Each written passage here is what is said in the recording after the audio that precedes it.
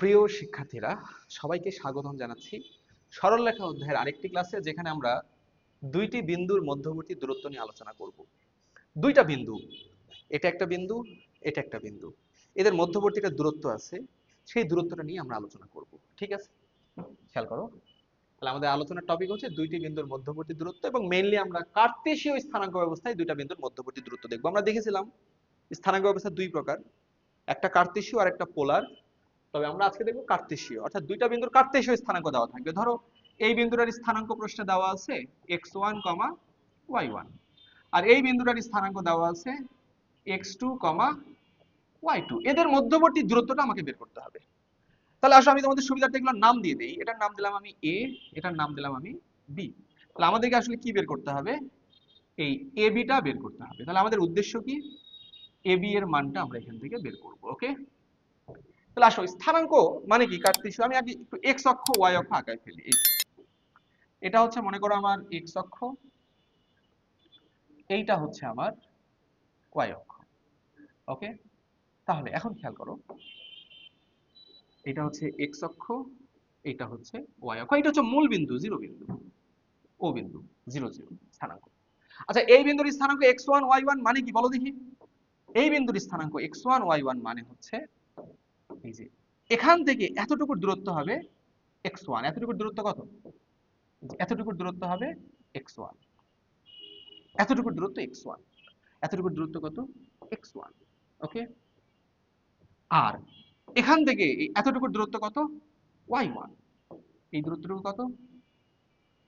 y1। তাহলে এইটা হচ্ছে আমাদের y1। তাহলে এই বিন্দুর স্থানাঙ্ক x1 y1 মানে হচ্ছে এতটুকু x1, এতটুকু y1।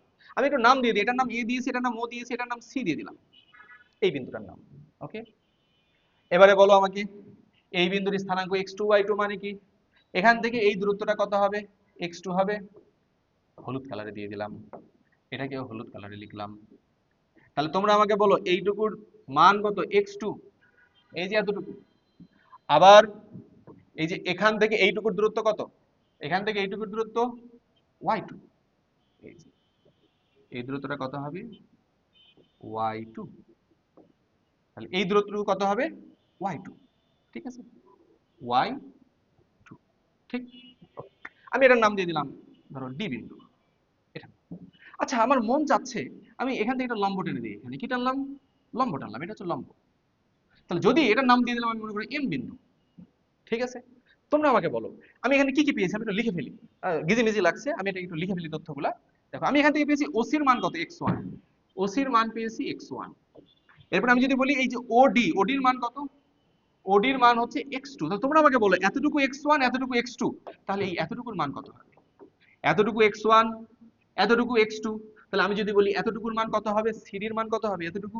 এই x2 থেকে x1 বিয়োগ করলে কি এতটুকু পাবো না? তাহলে খেয়াল করো, আমি যদি বলি সিডি, সিডিটা কত হবে? এই x2 মাইনাস x1, x2 থেকে x1 বিয়োগ করলে এতটুকু পাইলাম।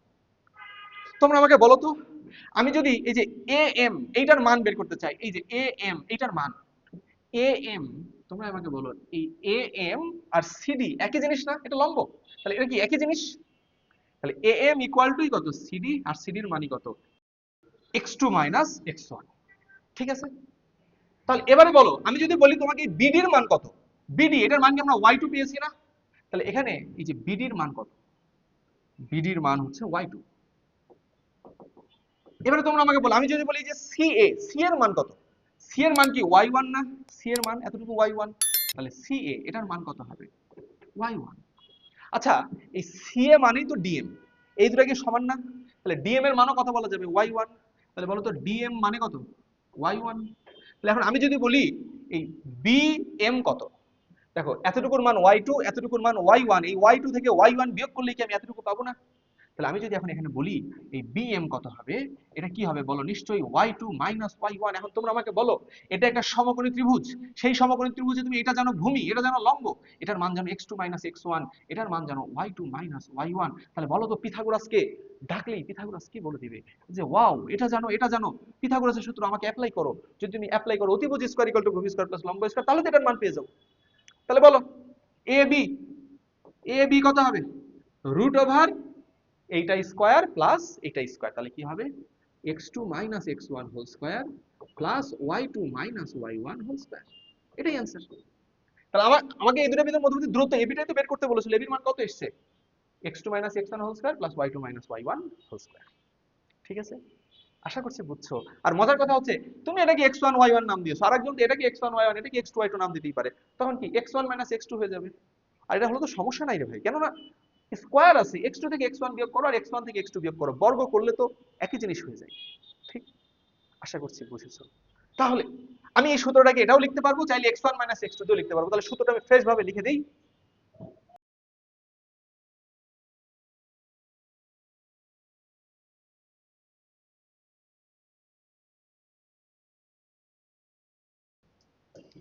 তাহলে কি বললাম দেখো, দুটি বিন্দুর স্থানাঙ্ক x1 y1 ও x2 y2 হলে তাদের মধ্যবর্তী দূরত্ব কি? Root over x1 minus x2 whole square plus y1 minus y2 whole square.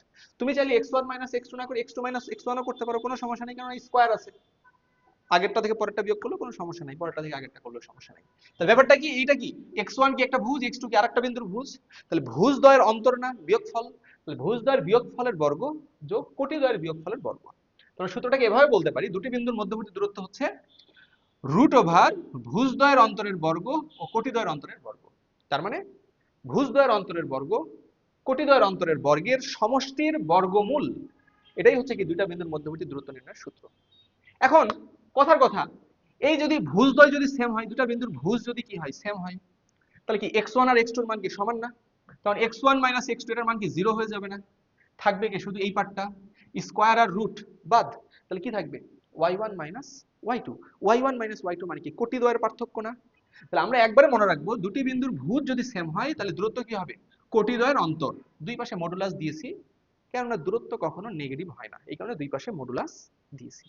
ওকে, এবারে দুটি বিন্দুর কোটি যদি সেম হয় তাহলে এইটার পার্থক্য কি হবে? 0 হবে। এটা যদি 0 হয় তাহলে এই যে x1 minus x2 whole square, square root cancel, তাহলে কি থাকবে? x1 মাইনাস x2 মানে ভুজ দ্বয়ের অন্তর এর মডুলাস। ওকে, আমরা এটা মনে রাখবো। আর যদি ভুজ কোটি কেউ সেম না হয় তাহলে ভুজ দ্বয়ের অন্তরের বর্গ কোটি দ্বয়ের অন্তরের বর্গের সমষ্টির বর্গমূল।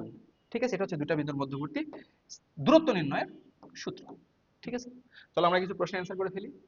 কি বলছে, নিম্নের বিন্দুগুলোর মধ্যবর্তী দূরত্ব নির্ণয় করো। এটা একটা বিন্দু, এটা একটা বিন্দু। তাহলে অ্যান্সার কি হবে বলো? এক নাম্বার রুট ওভার x1 মানে 3 মাইনাস x2 মানে কত? মাইনাস 1, এইটার কি বলো? বর্গ প্লাস 4 মাইনাস কত? 1, এইটার বর্গ। তাহলে কি হবে? রুট ওভার 3 আর 1 যোগ করলে কত? 4, তাহলে 4 স্কয়ার প্লাস এখানে কত? 3 স্কয়ার, 4 স্কয়ার প্লাস 3 স্কয়ার মানে কত? রুট করলে 5। এটাই অ্যান্সার, শেষ।